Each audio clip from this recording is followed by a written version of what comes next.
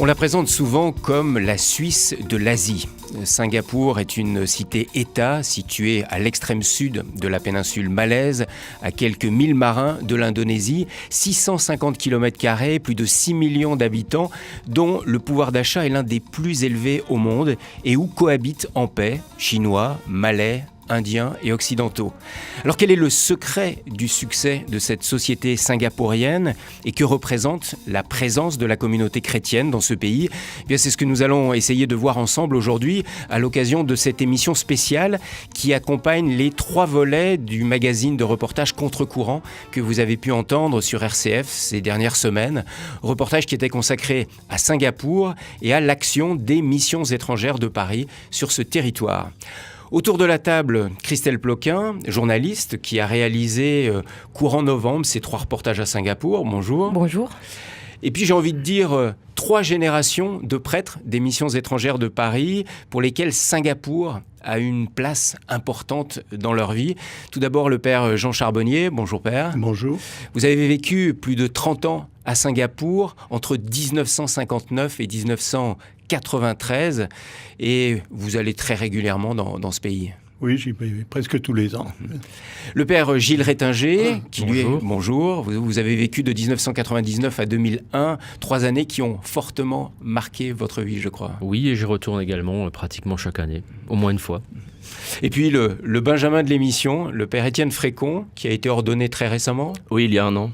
1 an, qui se prépare à partir à Singapour. Normalement, vous êtes envoyé... Je vais être envoyé au mois de mai, fin mai. Et envoyé à vie. Voilà, je serai envoyé ad vitam, ce qu'on appelle, enfin, on appelle ça comme ça au MEP, donc à vie à Singapour.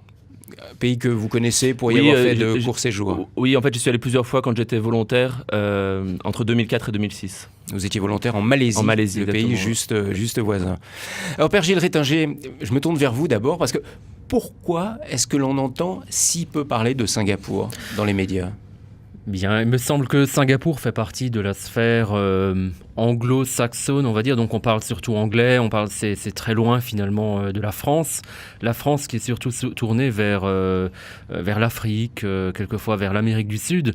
Mais j'allais dire qu'on entend peu parler de Singapour, mais on entend également peu parler finalement des autres pays d'Asie, où si ce n'était l'économie ou quelques catastrophes naturelles, eh bien on n'a que peu d'informations sur tous ces pays qui se trouvent apparemment très loin de chez nous. Mais pourquoi plus particulièrement Singapour ? Parce qu'on a l'impression qu'il ne se passe rien. Est-ce que c'est une fausse impression ? À Singapour, il se passe énormément de choses, mais c'est sans doute très loin de notre manière de voir les choses, sans doute même de notre manière de concevoir la société civile, politique, économique, religieuse.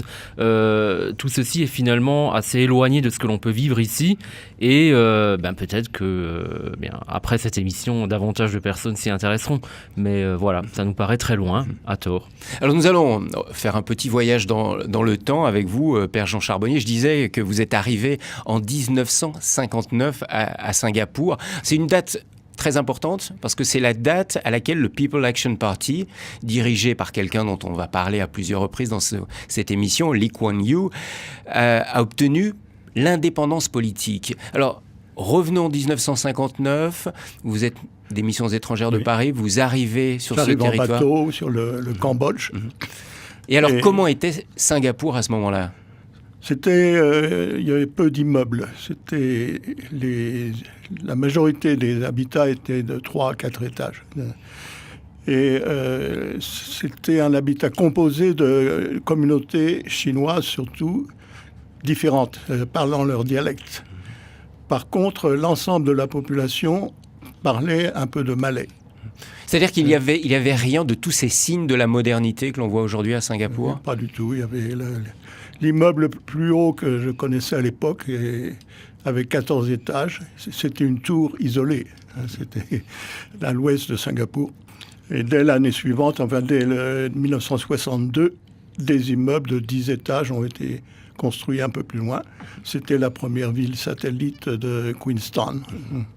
Alors vous, Christelle Ploquin, vous étiez à Singapour il y a quelques semaines. Vous avez découvert cette ville, je crois, pour la première fois. Absolument, à part des transits à l'aéroport de quelques heures, c'est ça.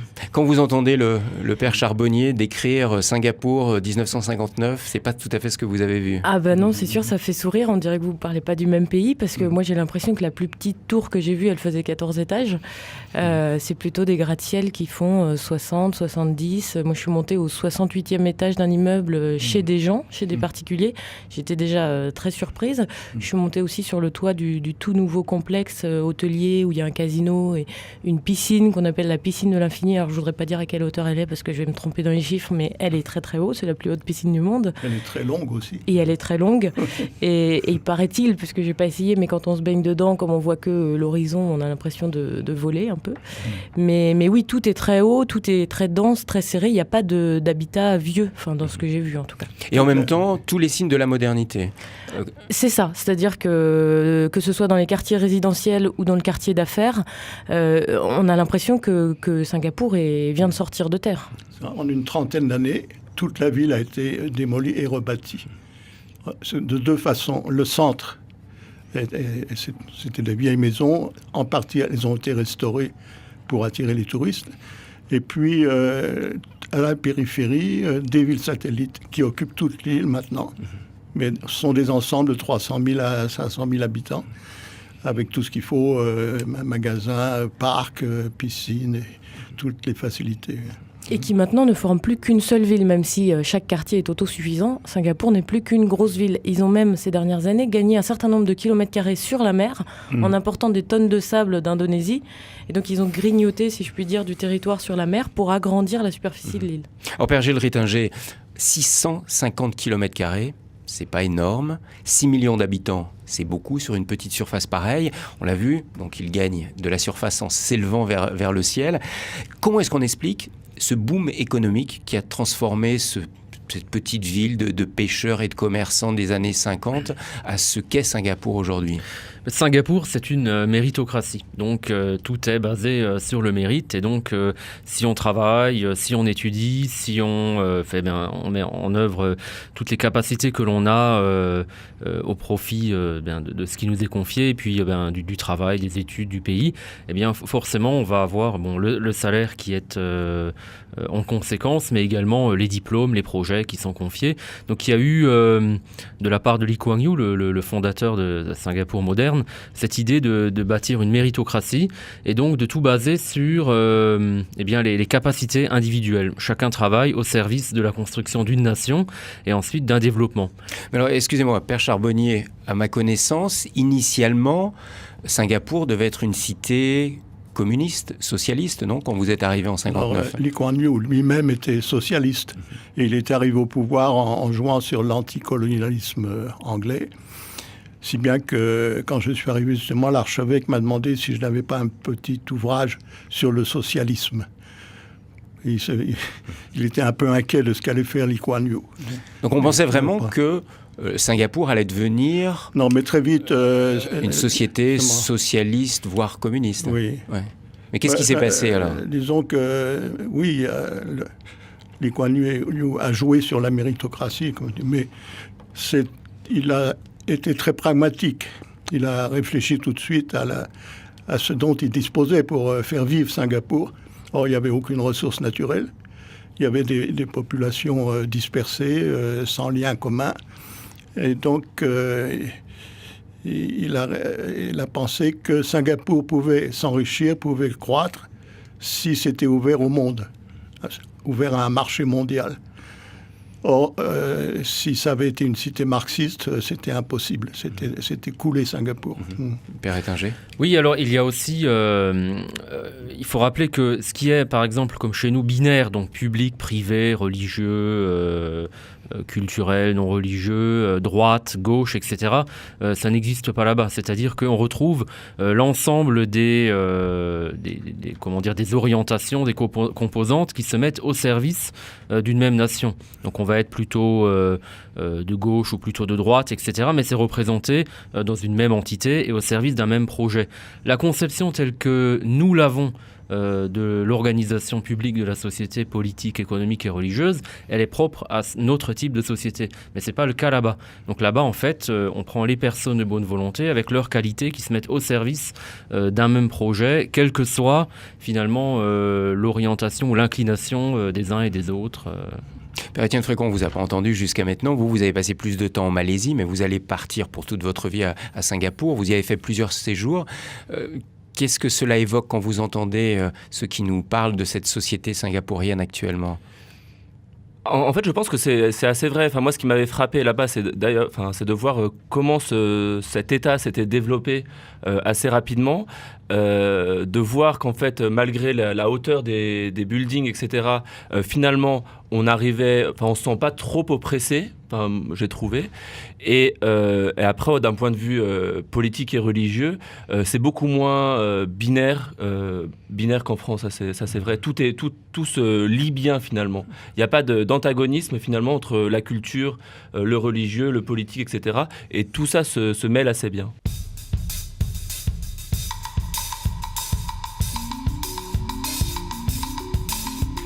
Émission spéciale aujourd'hui consacrée à Singapour. Nous essayons de découvrir avec les missions étrangères de Paris un peu la réalité de cette ville-État, de ce pays singapourien, un des plus développés d'Asie du Sud-Est et même un des plus développés du monde. Alors, toute petite surface, vous nous le disiez, Père Gilles Rétinger, il n'y a pas grand-chose sur place. Il n'y a pas d'usine, il n'y a pas d'industrie, il n'y a pas énormément d'espace pour l'agriculture.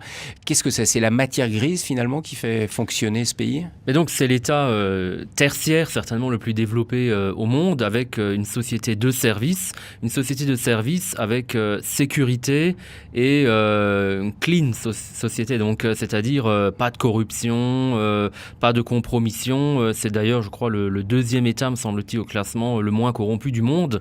Donc tout est basé sur la sécurité et donc la non-compromission, c'est-à-dire voilà, à partir de là, tout peut transiter par Singapour et être proposé au reste du monde.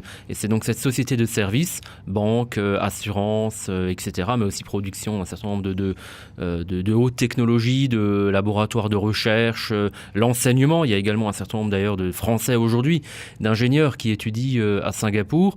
Et donc l'idée, c'est chaque fois d'être dans le top niveau, donc d'être parmi les meilleurs pour proposer les meilleurs services de meilleure qualité avec une confiance quasi totale. Alors vous connaissez l'esprit des Français, ils vous écoutent, ils vous disent « oui mais… » c'est pas possible. On peut pas en quelques années arriver comme ça. Alors l'image que quelques personnes ont sur Singapour, c'est un pays très légalisé, pour ne pas dire légaliste. La loi est très très importante. Alors Père Charbonnier, est-ce que c'est un pays, allez, utilisons le mot, est-ce que c'est un pays autoritaire que Singapour ?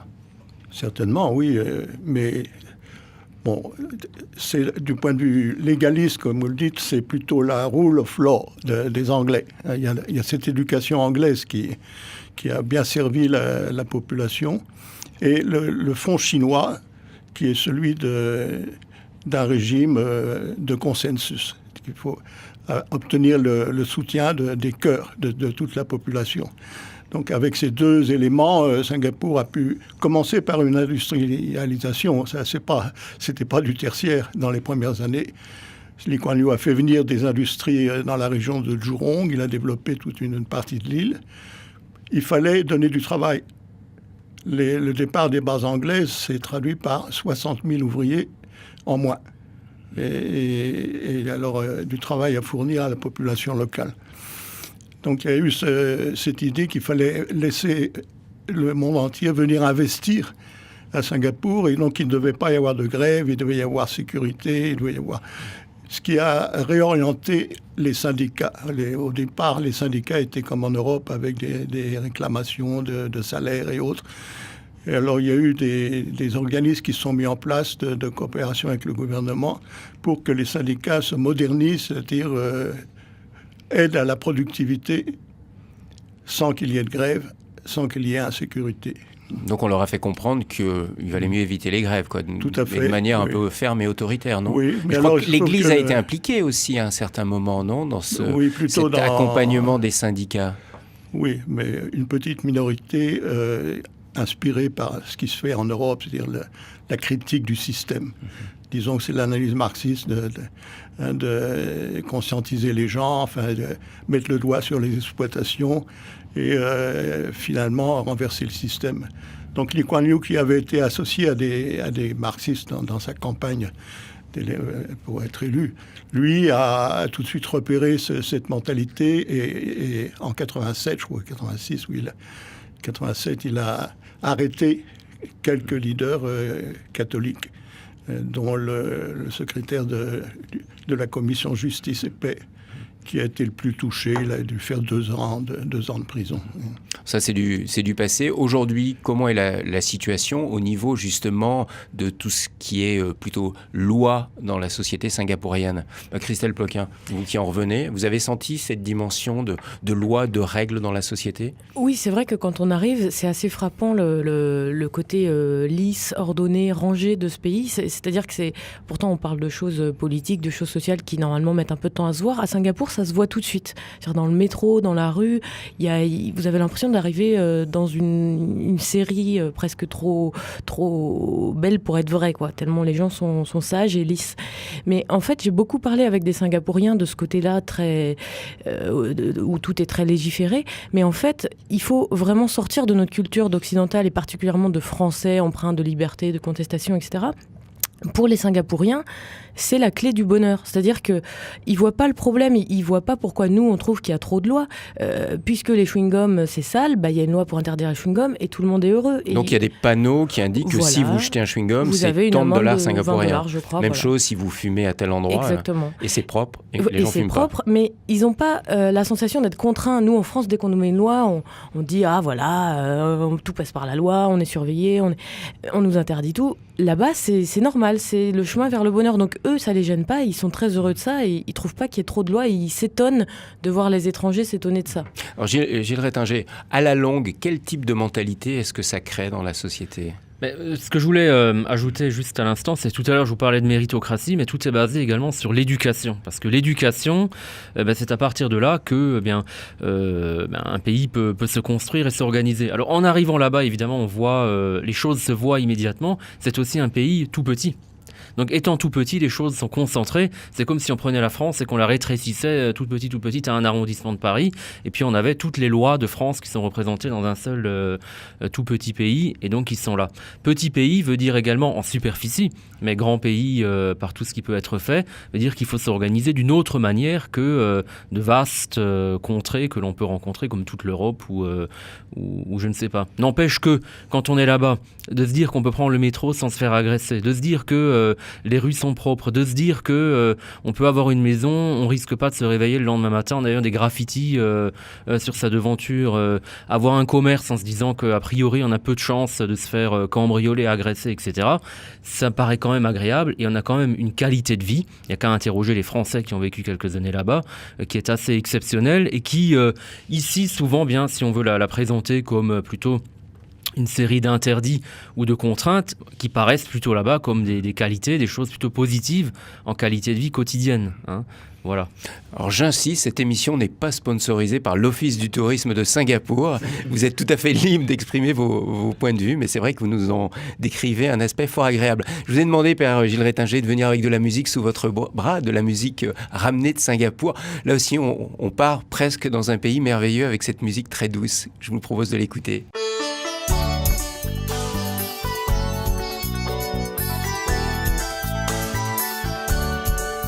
Singapura, oh Singapura, sunny island set in the sea. Singapura, oh Singapura, pretty flowers bloom for you and me. Come along, join the song and merry singing, when our voices join in the chorus. Singapura, oh Singapura, pretty flowers bloom for you and me. Singapore, oh Singapore, oh Singapore, sunny islands set in the sea. Singapore, oh Singapore, pretty flowers bloom for you and me. Come along, join the song and merry singing, then our voices voices join in the chorus. Singapura, oh Singapura, pretty flowers bloom for you and me. Pretty flowers bloom for you and me.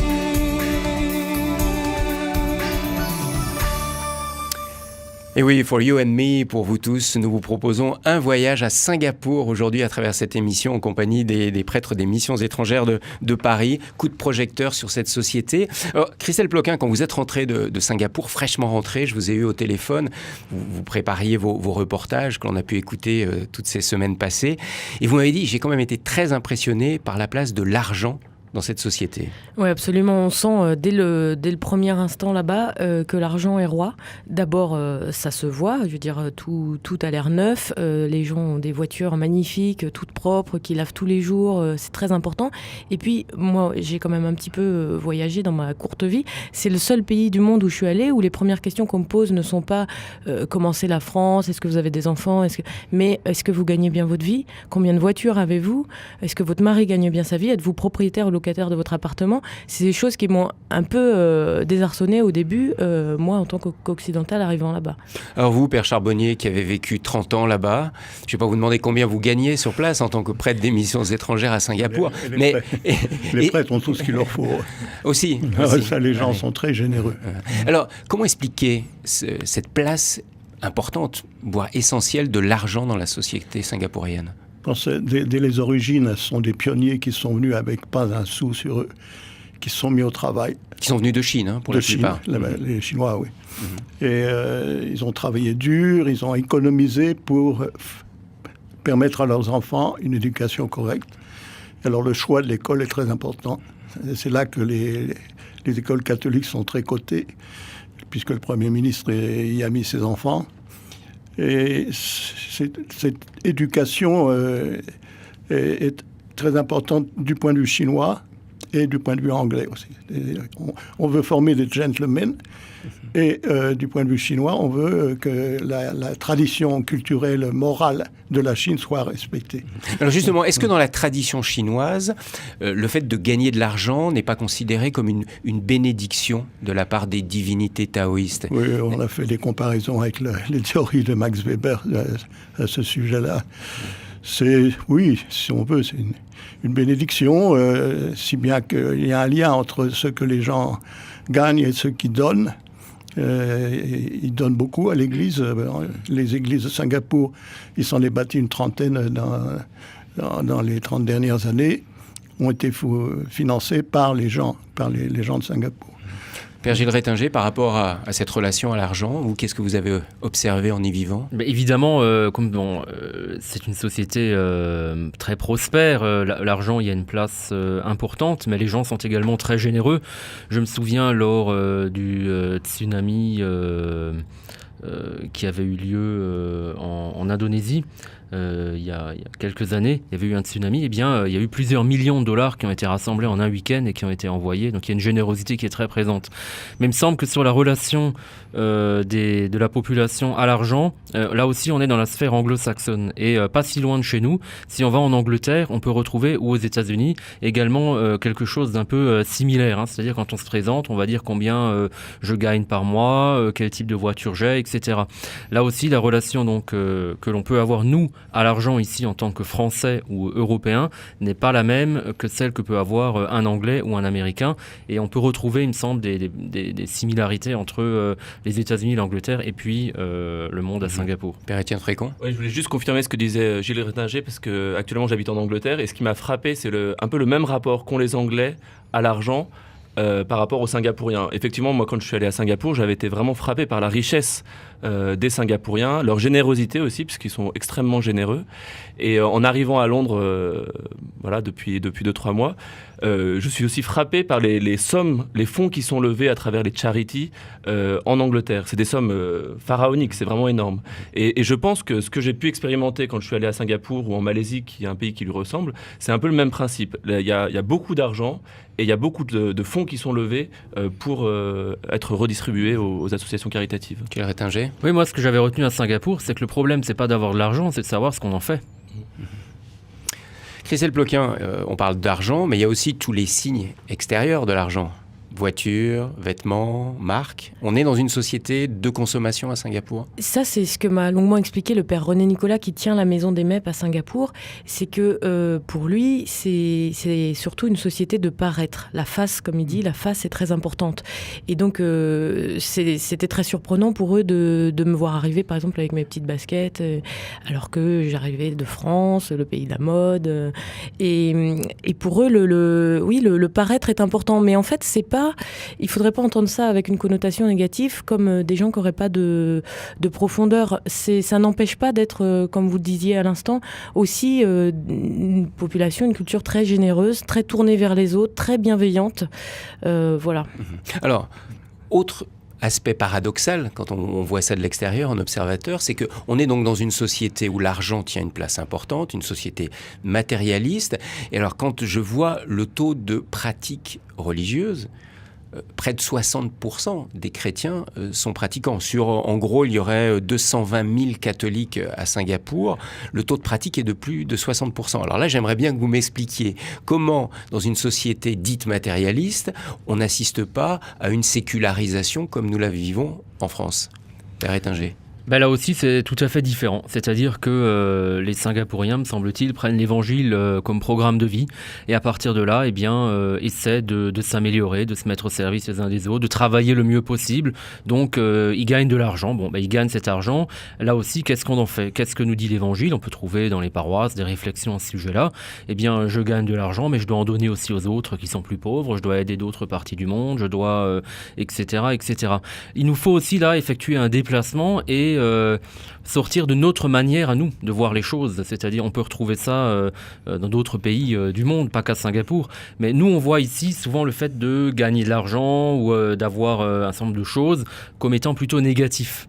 Or, là-bas, on peut se dire que si on gagne des choses, disons que c'est entre guillemets certaines bénédictions, et à ce moment-là, on peut encore se mettre davantage au service des autres et de son prochain. Mais est-ce qu'il n'y a pas ce côté, encore peut-être image d'Épinal, que nous avons tous de ces Chinois qui travaillent et qui ne vivent que pour le travail. Donc certes, qui s'enrichissent, mais qui n'ont pas le temps de faire autre chose.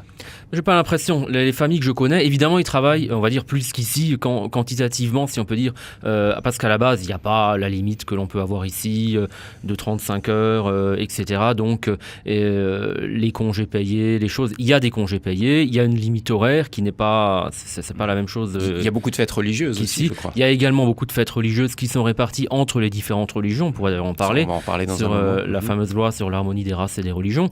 Mais voilà, donc les gens se mettent au service les uns des autres. Et puis voilà. Père Charbonnier, vous y avez vécu 30 ans, je le disais, dans ce pays qui est Singapour. Par rapport à l'argent, vous avez vu une évolution par rapport au lien, je dirais, entre argent et religion. Vous avez vu une évolution ces dernières années ? Il y a un aspect assez fondamental dans tout le monde chinois, c'est le bien orienter le sort, le destin.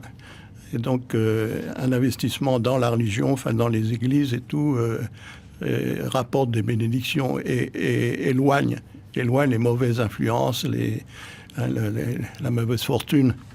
Ça joue chez les bouddhistes et dans l'ensemble du monde chinois. C'est ça, faire des dons, faire des offrandes, apporte un bon karma, comme on dit. Regardez à Taïwan, les taoïstes de Taïwan bâtissent des temples magnifiques, des toitures extraordinaires.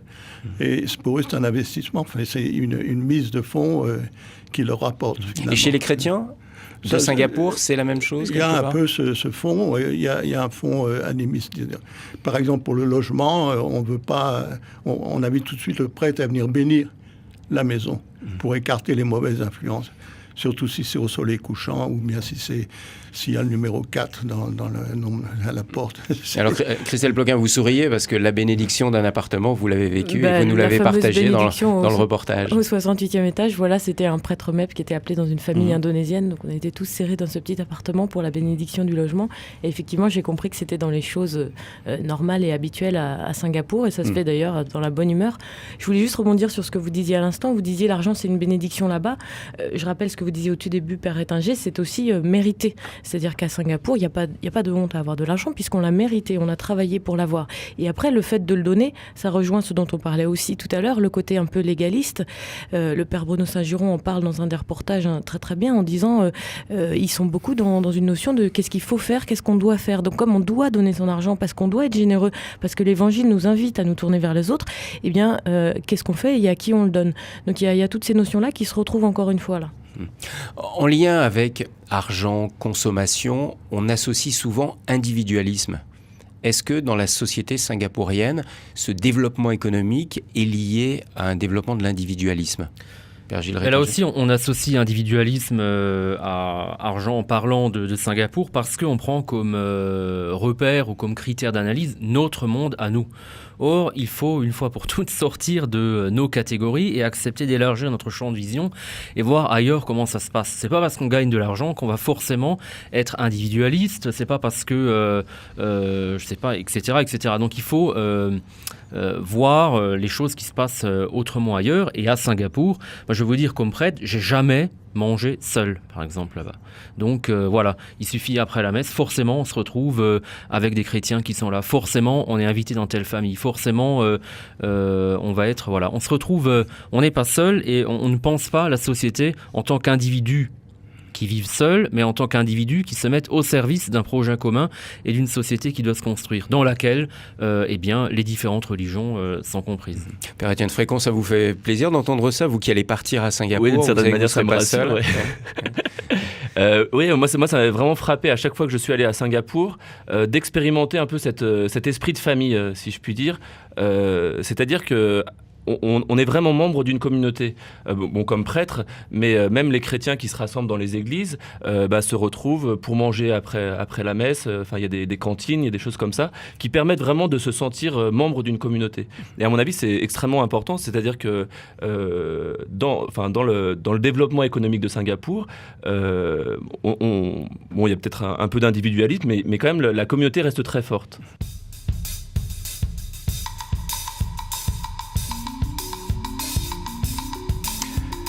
Nous continuons notre découverte de cette réalité de Singapour sur RCF aujourd'hui dans cette émission spéciale en compagnie des prêtres des missions étrangères de Paris et de Christelle Ploquin qui nous a ramené de beaux reportages que j'espère vous avez écoutés dans l'émission Contre-courant, en tous les cas que vous pouvez réentendre sur notre site internet RCF à la demande.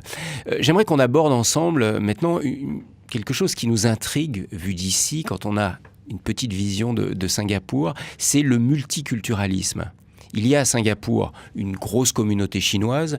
Je vous remercie, Père Charbonnier, vous m'avez transmis les chiffres. Il y a 75% de Chinois, il y a à peu près 15% de Malais, 8% d'Indiens, origine du sud de l'Inde pour la plupart, et puis 2% environ d'Occidentaux. Comment cohabitent ces différentes communautés, Père Charbonnier? Disons qu'elles coexistent pacifiquement et ne se mêlent pas trop. Il y a eu un effort de la part du gouvernement pour intégrer et obtenir une culture singapourienne. Le résultat est assez médiocre. Par contre, dans chaque courant culturel, il y a de belles choses qui se font et qui s'expriment. Donc le monde chinois, le monde malais, le monde indien et le monde occidental. Donc, ça fait quatre grands courants culturels qui vivent ensemble en paix, mais qui vivent côte à côte, qui ne se mélangent pas. Il y a un certain mélange. Par exemple, les fêtes religieuses sont célébrées par tous. Ce sont des jours de congé pour toute la population. Attendez, toutes les fêtes religieuses, que ce soit fêtes du confucianisme pour les Chinois. Celles qui sont autorisées comme jours de congé. Et par exemple les Chinois, le Nouvel An, la naissance du Bouddha, parce que les Chinois sont considérés plutôt comme bouddhistes. Pour les Indiens, le Dipavali et la fête des Lumières et le Thaipusam, une fête tamoule. Pour les Malais, c'est l'Aïd el-Kébir et la fête du jeûne, l'Aïd el-Fitr. Les Malais sont quasiment tous musulmans. Oui, il y a 3 jours de congé pour les musulmans. Bon. Alors, toutes ces fêtes, et pour les chrétiens? Les chrétiens, c'est Noël et le vendredi saint après-midi. Pas le jour de Pâques? Le vendredi c'est un dimanche Pâques. Ah oui, d'accord. Oui. Et donc c'est obligatoire pour tout le monde. Oui, c'est congé pour fait. tout le monde. Donc les familles s'invitent mutuellement. Le Nouvel An chinois, les gens invitent à leur table le collègue indien ou le musulman. C'est la fête pour tous. Christelle ? Alors, loin de moi l'idée de prétendre mieux connaître le pays dans lequel vous avez habité 30 ans, mais c'est vrai que moi, en une semaine sur place, ce qui m'a frappé, c'est que même si ces différentes communautés, elles cohabitent, alors déjà, pour un Français, c'est déjà très surprenant de voir à quel point des communautés aussi différentes peuvent cohabiter aussi pacifiquement, mais le nombre d'initiatives qui commencent à apparaître aujourd'hui pour faire des ponts et vraiment du vivre ensemble. Donc, il y a le troisième contre-courant qui est sur l'interreligieux à Singapour, où on entend autour d'une même table des représentants des 9 religions officielles, plus des free thinkers, des gens, donc des libre penseurs, des gens en recherche, des gens de la communauté chrétienne, gays et lesbiens, qui parlent tous ensemble de leurs convictions, de leurs différences, etc. Mais il y a aussi dans chaque quartier, donc qui sont autosuffisants, dans lesquels il y a des quotas par communauté pour habiter, enfin par race, puisque là-bas il n'est pas du tout tabou de parler de race, à quel point on commence à voir des ébauches de dialogue, des ébauches de fêtes communes, des ébauches d'échanges de vêtements, de musique. Il y a beaucoup d'initiatives en ce sens aujourd'hui qui, pour quelqu'un qui arrive d'un pays où c'est quand même assez communautariste, c'est surprenant. Père Gilles Rétinger, ces communautés se retrouvent au sein de l'Église ? Ces communautés, elles se retrouvent déjà dans ce qu'on appelle le board, le bureau interreligieux. Il y a un bureau interreligieux à l'Asie du Sud-Est, il y en a un à Singapour. J'ai eu la chance d'y participer. Alors par exemple, pour l'ouverture d'un centre, j'avais été invité pour l'ouverture du Singapore Swimming Club. Donc c'est un gros club culturel, on va dire, où les gens se retrouvent, piscine, sport, etc. On peut se dire que la religion n'a rien à y faire, rien à y voir, c'est ce qu'on se dirait ici. Et pourtant, là, avant d'ouvrir, eh bien, ce centre où il y a plusieurs milliers d'adhérents, eh bien, on va faire venir le bureau interreligieux avec les différentes grandes religions, 12 ou 15 qui sont représentées. Chacun va y aller de sa bénédiction, de sa lecture d'un texte sacré, etc. Et ensuite, eh bien, il y a l'ouverture officielle. C'est en même temps, il y a le côté spirituel, on va dire, bénédiction, mais en même temps, il y a le côté intégration par les différents courants religieux au niveau de la société. Ça, c'est vrai au niveau général, on va dire, de la société. Mais on peut retrouver ça au niveau des familles, parce que dans une famille, vous pouvez avoir l'un qui est catholique, l'autre protestant, le troisième bouddhiste et le quatrième free thinker, par exemple. Ça peut être vivant ensemble, s'intéressant aux différentes fêtes religieuses et allant les uns avec les autres, quelquefois, à Noël à l'église et puis au temple pour Deepavali, etc. Ouais, donc on s'intéresse les uns aux autres. Et je crois que là, on aurait des choses à apprendre justement sur l'interreligieux en actes, pas simplement dans des discours ou en voulant écarter le fait religieux de la vie quotidienne, de la vie publique, mais en l'intégrant et en faisant un atout finalement pour construire notre société. Mais au sein des communautés chrétiennes, ce sont essentiellement des Chinois chrétiens ou des Indiens chrétiens qui constituent la communauté chrétienne de Singapour. Ça dépend, en fait, ça dépend un peu des paroisses. Moi, j'étais dans une paroisse plutôt Paranakan, donc voilà, c'est un style malais avec qui a rencontré un jour des Chinois qui parlent malais. Des Chinois qui parlent malais, voilà, et qui sont chrétiens. Qui sont chrétiens, oui. D'accord. Et vous avez une autre paroisse, il y aura plutôt des Indiens, une autre, etc. Donc voilà. Ça veut dire que les chrétiens se regroupent plutôt par identité culturelle. Ils ne se mélangent pas. Non, entre chrétiens. C'est au point de vue religieux, proprement dit. À l'église ou au temple, il n'y a pas de mélange. Il y a la messe à l'église catholique, il n'y a que des catholiques. Non, j'entends bien, mais au niveau de leur identité culturelle, est-ce que vous avez la messe des Indiens d'origine tamoule qui prient en tamoul, puis vous aurez à une autre heure les Chinois qui vont venir prier en chinois, et puis à un autre moment, les Occidentaux qui vont venir prier en anglais? Il y a les deux. Il y a des messes spéciales en chinois, pour les gens de formation chinoise qui ne parlent pas l'anglais. Et puis, il y a des messes où on utilise les 2 langues, ou même 3 langues. Étienne Frécon. Il me semble quand même que dans les églises, en tout cas catholiques, il y a un vrai mix au niveau notamment entre Chinois et Indiens. Il y a assez peu de malais puisqu'ils sont musulmans, mais en tout cas dans les églises catholiques, on voit vraiment ce mélange de population. Et après, je voulais juste rebondir aussi sur le fait du vivre ensemble. En fait, faut quand même s'imaginer que c'est 3 cultures qui sont quand même complètement différentes, avec des religions différentes, avec des backgrounds vraiment différents. Et il y a quand même des vrais essais de vivre ensemble. Enfin, si on imagine une personne originaire d'Inde avec un arrière-fond hindou, c'est quand même pas si évident de se mêler avec des Chinois bouddhistes, ou avec des chrétiens. Donc, faut s'imaginer aussi toutes ces difficultés, avec aussi tous les problèmes de nourriture, par exemple. Pour les musulmans qui ont toutes ces règles religieuses autour de la nourriture, halal et compagnie. Donc, c'est quand même compliqué de mixer toutes ces populations. Oui, Père Gilles Rétinger, vous vouliez intervenir ? Là aussi, tout est basé sur l'éducation dans cette rencontre. C'est-à-dire, l'idée, on va pas se voir en concurrence ou voir comme quelqu'un qui va envahir la société de quelque chose etc. Mais on va expliquer, bon, alors voilà, une fête bouddhiste, une fête chrétienne, une fête musulmane, et on va essayer d'expliquer à l'ensemble de la population ce que c'est. Et parce qu'ils ont une éducation qui fait que les gens vont s'intéresser et être curieux de ce que vit l'autre, eh bien, on va s'y intéresser et puis on va essayer de le respecter aussi. On ne voit pas la présence d'une confession religieuse ou d'une croyance philosophique comme une agression sur un terrain public, mais plutôt comme quelque chose à découvrir et ensuite, eh bien, on laisse l'autre vivre ce qu'il a à vivre. Christelle Ploquin ? Et puis j'ajouterais qu'il n'y a pas de tabou. D'abord, je le redis, on peut dire le mot race là-bas sans problème et parler de ma race, ta race sans souci. Et puis, on ne prend pas des pincettes pour parler des différences des uns ou des autres, comme on peut le voir chez nous. Il n'y a pas de problème à parler de la nourriture halal ou pas, du port du voile ou pas, des différences religieuses, du fait d'aller à la messe ou de ne pas y aller. Les gens sont très à l'aise avec ça, très décomplexés. Eh bien, on va repartir à Singapour via la musique que vous nous avez apportée, Père Gilles Rétinger. On va l'entendre, il y a un mélange culturel dans cette musique. Si vous êtes attentif, vous reconnaîtrez certainement du tabla d'origine indienne.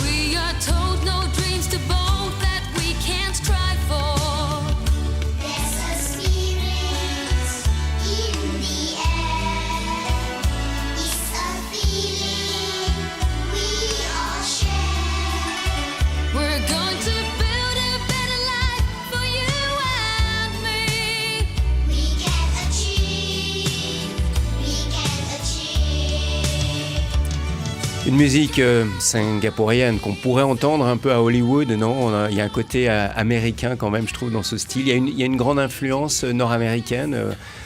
Oui, et puis il y a surtout le côté d'être moderne aujourd'hui en gardant des traditions, culte des ancêtres, respect dû aux anciens, etc., etc. Vivre une même famille sous un même toit, plusieurs générations, mais tout en étant moderne. Là aussi, croire que ce qui est ancien serait à rejeter et puis ce qui est futur doit être absolument moderne et déconnecté de l'ancien, c'est une autre manière de voir les choses. Nous, on pourrait se dire, bon, ben voilà, il faut tout déconnecter.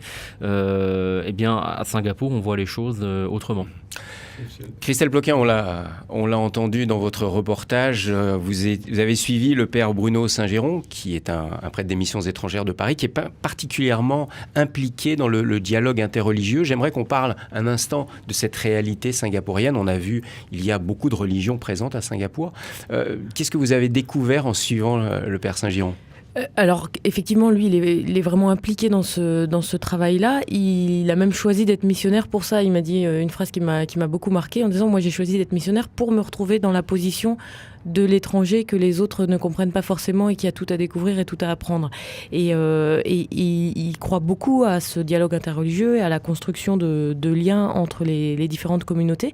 Donc il m'a proposé de participer à ce groupe interreligieux, comme on a pu l'entendre dans le deuxième reportage de Contre-courant, où moi j'ai eu la surprise de rencontrer des représentants de chaque religion qui s'écoutaient, qui se posaient des questions, parfois très basiques, parfois très poussées, des gens qui se revendiquent comme free thinkers, donc libres penseurs, mais qui sont en recherche, donc qui sont curieux, qui ne sont pas indifférents, et c'était un groupe vraiment très enrichissant. Père Étienne Frécon, vous allez partir à Singapour, vous allez peut-être travailler avec le Père Saint-Giron ? Alors, je ne sais pas si je vais travailler avec le Père Saint-Giron, mais en tout cas, la question du dialogue interreligieux m'intéresse particulièrement. Cette question, en fait, quand j'étais en Malaisie, j'avais été vraiment marqué par la présence de toutes ces différentes religions. Et après, dans mes études de théologie, j'ai travaillé aussi sur le dialogue interreligieux, notamment entre islam et christianisme. Alors, petit aparté, mais intéressante quand même. Quand on est missionnaire, comme vous l'êtes, près des missions étrangères de Paris, vous partez pour évangéliser et en même temps dialoguer avec les autres religions. Comment vous associez mission, évangélisation et puis dialogue interreligieux ? Ça veut prendre des heures de cours de théologie entre le lien entre mission et dialogue. Mais rapidement, dans une société comme celle de Singapour. Mais il me semble que notre premier tâche missionnaire, c'est de partir à la rencontre des gens et d'écouter un peu ce que l'Esprit dit à travers ces personnes qui pratiquent d'autres religions. Et il me semble que plus on est à l'écoute de l'autre, plus finalement on peut se tourner découvrir davantage qui est Dieu. Et alors, on est invité à évangéliser, mais à mon avis, cette évangélisation, elle se passe à la fois dans l'annonce explicite du Christ et à la fois dans ce dialogue interreligieux. Père Charbonnier, vous êtes l'ancien, avec tout le respect que je vous dois et tout le respect qu'on met sur ce mot en Asie, l'ancien. Comment vous entendez le petit jeune qui arrive et qui va partir en mission à Singapour ? Je pense que c'est une bonne perspective. C'est que pour mon compte, j'ai commencé une sorte de dialogue du point de vue orientation sociale. Donc les différentes religions, des représentants se réunissaient tous les mois, religion et société. Et nous allions visiter des temples bouddhistes, hindous, etc. Mais plus tard, j'ai dû enseigner au grand séminaire de Singapour les religions chinoises. Donc je demandais aux étudiants, aux séminaristes d'aller faire des rencontres, des visites et de faire un rapport. Donc ça nous a mis en relation avec des moines bouddhistes, avec des prêtres taoïstes. C'est une façon, je pense, de se connaître mutuellement, c'est très important. Et ça nous permet de préciser, comme tu dis, la spécificité de l'approche chrétienne, de notre voie de salut définie par rapport aux autres. Et ça me paraît excellent. Père Gilles Rétinger, vous êtes entre les deux au niveau génération. Vous étiez à Singapour fin des années 90, début 2000. Quel est votre regard, vous, sur la place des missionnaires, des missions étrangères de Paris, par exemple, que vous représentez, dans une société comme celle de Singapour ? Est-ce que le christianisme est une religion, moderne, disons-le, quand on est dans un pays comme Singapour ? Pas seulement le christianisme, mais à Singapour, on peut dire que le catholicisme est vu comme une religion extrêmement moderne. Pourquoi ? Parce qu'il y a deux choses qui sont proposées. Tout d'abord, c'est que la vie individuelle, au sens noble du terme, a de la valeur, c'est-à-dire que nous avons du prix aux yeux du Seigneur. La personne a de la valeur aux yeux du Seigneur, et nous avons de la valeur chacun individuellement et tous ensemble, ce qu'on dirait en Église. Et ensuite, parce que nous apportons la dimension du pardon, qui fait que l'on n'est pas tributaire de quelque chose dont on serait redevable de membres de notre famille ou de nous-mêmes, de fardeau, de poids que l'on porterait, mais nos péchés peuvent être pardonnés, on peut se relever et continuer le chemin de notre route. Et en ce sens-là, eh bien, le catholicisme est vu comme une religion très moderne. Il n'y a qu'à fréquenter les églises de Singapour pour voir qu'elles sont remplies de jeunes qui étudient la Bible, elles sont remplies de jeunes qui vont dans les chapelles d'adoration permanente. Elles sont remplies de personnes qui s'entraident. Ça va de l'école maternelle à l'étude de la Bible, je le disais, jusqu'à l'entraide dans la vie quotidienne. Et puis les paroisses sont divisées en quartiers, et chacun des quartiers avec des délégués ensuite qui se rendent service. Donc la vie quotidienne revient jusqu'aux sources et sommets à l'Eucharistie célébrée le dimanche. Et on a des églises, des édifices extrêmement modernes qui se voient dans l'architecture même, dans la structure même, dans les parkings, les voitures qui sont là, etc. Tout ça, c'est très moderne. Ça n'empêche que les racines sont très profondes, et elles sont bien celles du Christ qui nous ramènent 2000 ans en arrière. C'est-à-dire, c'est la même chose depuis 2000 ans, mais dit et écrit avec des mots modernes qui sont ceux de 2011. Et c'est ce qui me semble très important et que l'on peut retenir de Singapour. Christelle Ploquin, on vous a senti très admirative et étonnée quand vous avez été faire vos reportages dans les paroisses animées par leurs confrères MEP sur place à Singapour. Il y a de quoi être surprise de voir à quel point les églises sont remplies, et puis aussi comment les paroissiens s'investissent, s'engagent dans leur église. Alors ils le sont peut-être pas tous vu le nombre de paroissiens, mais quand même il y a énormément d'enfants de chœur qui prennent très à cœur leur rôle. Il y a énormément de ministres de la liturgie, de ministres de l'hospitalité, qui sont les gens qui accueillent sur le parking, qui aident à garer les voitures, qui accueillent dans l'église, qui disent aux gens où s'asseoir, qui gèrent le trafic pendant la communion, qui font la quête. Il y a les volontaires à la cantine, il y a les volontaires à la librairie, il y a les volontaires pour le caté. On sent qu'il y a une communauté vivante, investie, volontaire. Et ça, c'est très constructif. Et ça, c'est valable dans la plupart des communautés catholiques à Singapour, où vous avez envoyé Christelle vraiment dans des paroisses. Je suis allée dans plusieurs paroisses. Ah non. Mais là aussi, il faut revenir au fait qu'il n'y a pas cette séparation vie publique, vie religieuse, vie privée, vie culturelle. Donc si on a un pays qui est extrêmement dynamique, qui avance, qui a beaucoup d'initiatives, qui se modernise, il me semble que, je ne sais pas, faudrait demander à des Singapouriens, mais pour des Singapouriens, la logique, c'est que l'Église, les communautés chrétiennes suivent cette modernité parce qu'on est chrétien, que ce soit sur son lieu de travail, quand on est dans son église, dans sa famille ou ailleurs. Donc tout ça, ça fait un ensemble, et c'est toute la nation en fait qui se construit autour de cette modernité. Oui, je pense que moi, ce que j'ai pu expérimenter à Singapour, c'est vraiment cette vitalité. Et donc, en fait, l'église singapourienne suit la vitalité du pays, en fait. Et donc, en fait, on n'a pas peur d'utiliser des moyens modernes pour attirer, pour annoncer l'évangile, pour vivre notre foi chrétienne. Alors, est-ce que c'est un modèle qui est exportable ? Père Gilles Rétinger, est-ce qu'on pourrait, nous, ici, en Europe, en France en particulier, tirer quelques enseignements de ce qui se vit à Singapour ? À mon avis, là, on a à voir l'attitude du Singapourien. C'est-à-dire qu'on n'a pas à dupliquer ce qui se fait ailleurs pour le transporter chez nous, mais on a à être des observateurs. Donc, comme eux le font, ils vont dans le monde entier voir ce qui se passe bien et ce qui se passe moins bien. Et à partir de là, on en tire des conclusions, et puis on voit si c'est applicable chez nous ou pas. Et donc, ça, c'est certainement une attitude... Donc, si je vous entends bien, vous conseillez à nos hommes politiques d'aller faire un séjour à Singapour, de prendre quelques idées, et de nos prêtres de paroisse en France aussi, d'aller faire un tour dans les paroisses à Singapour. Moi, je recommande à tout le monde d'aller se plonger dans Singapour et de revenir redynamisé, et puis plein d'enthousiasme, comme on peut l'être en général quand on a découvert Singapour, non pas comme un touriste en passant 48 heures, mais en allant vraiment à la rencontre des Singapouriens, des communautés chrétiennes et des autres traditions religieuses qui sont là. Père Charbonnier ? Je ne sais pas si c'est exportable en Europe, mais en Chine, en tout cas, il y a des activités de Singapour qui sont exportées en Chine. Des groupes d'études bibliques, des préparations au mariage, des rencontres de foyers, et alors des religieuses, des prêtres de Chine viennent faire des stages d'un mois à Singapour. C'est la même langue, ils peuvent parler mandarin, et donc ils recueillent des expériences. Il y a une chose que j'ai appris à Singapour, c'est la complémentarité. Quand on sort de la comparaison et de se dire est-ce que je suis meilleur ou moins bien que d'autres, et qu'on entre dans la complémentarité, là, tout change. Et à ce moment-là, on n'est plus en concurrence les uns avec les autres, mais on est ensemble en train de bâtir un monde, une église, etc. Ensemble. Et là, ça peut tout changer. Et ça, à mon avis, c'est exportable partout dans le monde, la complémentarité. Ça va, Père Étienne Frécon, vous, après tout ce qu'on vient de dire, Ça vous avez donne- encore plus envie de partir Ouais, ad vitam à ça donne envie de Singapour. partir, ouais, exactement.